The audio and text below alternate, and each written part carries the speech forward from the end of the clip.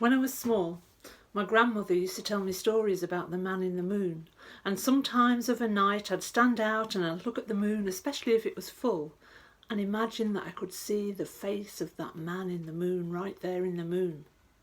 And if you look out, you can see that face if you look hard enough.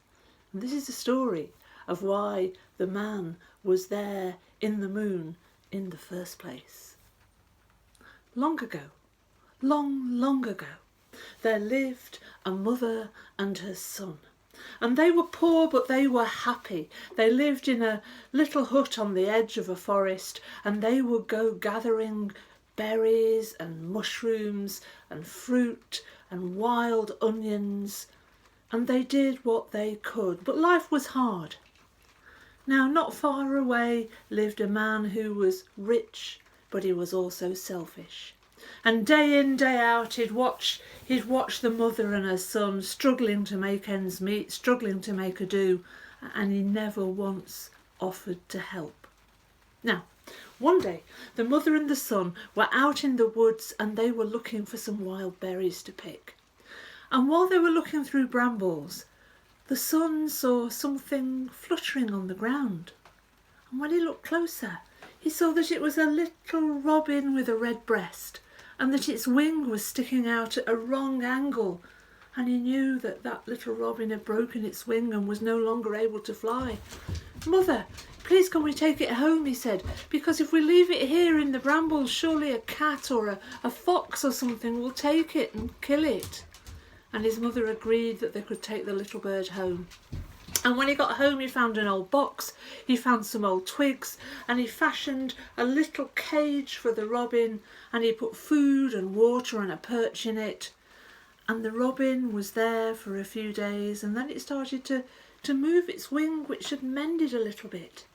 And then it started coming out of the cage, and the boy would have it sit on one finger, and it would hop across to his other finger.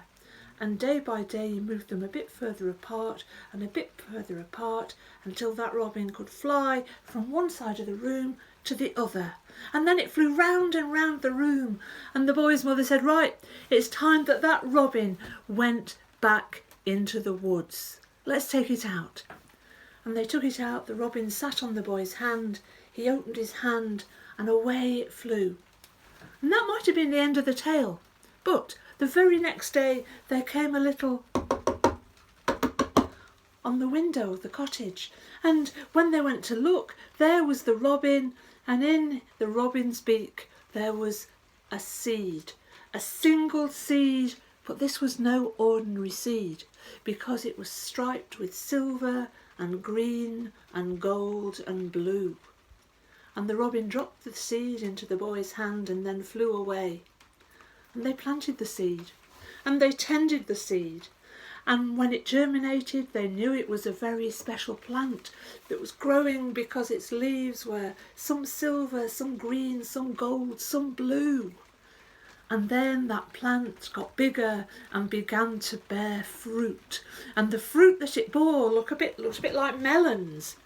And when they looked big enough to eat, they cut one down and cut the melon open, but inside there were no seeds, there were no pips, there were precious stones, rubies and sapphires and emeralds, and they were delighted, and life turned a corner for that mother and her son. Next door, the man who had watched them struggle and never once offered to help, he knew that something had happened. He could see that the boy was wearing new boots, he could see that they always had enough food on the table, and he went and he asked them, he said, "How come you have this good fortune? Tell me, how did you come by it?" And the mother told him about the little robin and how they'd brought him back to health. And the man thought, I want a bit of that. And he went into the woods and he searched under briar and bramble, but he couldn't find a bird with a broken wing, not anywhere. And he did the worst thing possible. He found a stone. He saw a robin sitting on a branch. He threw the stone at the robin. It hit the bird and it fell with a broken wing to the ground. The cruel man picked it up. "I'll look after you. I'll make you better as long as you promise to bring me one of those seeds," he said, "like the seed that you gave my neighbour." and he took the bird home and he tended it for a few days until that bird was able to fly away. And as it flew, he called after it, "Don't forget to bring that seed."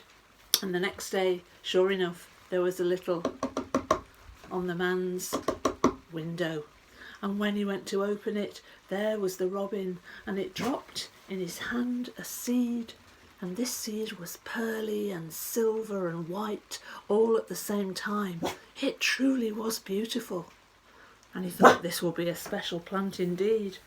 And he went and he planted the seed, and within a few days it had sprouted, and there came a stalk, a vine that was thick and silvery and pearly, and it was beautiful. But that vine had no leaves, and that vine had no fruit on it whatsoever. And the man puzzled, and he watched day after day as that vine grew higher and higher and higher, and he realised after a week or so that that vine was going to reach the moon. And he thought to himself, well, what do I care about a few precious stones? If I could climb that vine up to the moon, I could have all the gold and silver that must surely be buried up there on the moon. And so it was that he set off climbing.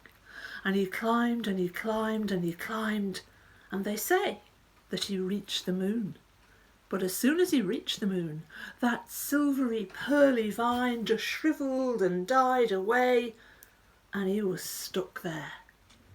And being stuck there, he realised what a selfish person he'd been. And he's still there to this day. And they say that that's why if you look up at the moon on a dark, dark night, you can see the face of a man. And if you look really carefully, you'll see that his face isn't a happy face. His face is quite a miserable one.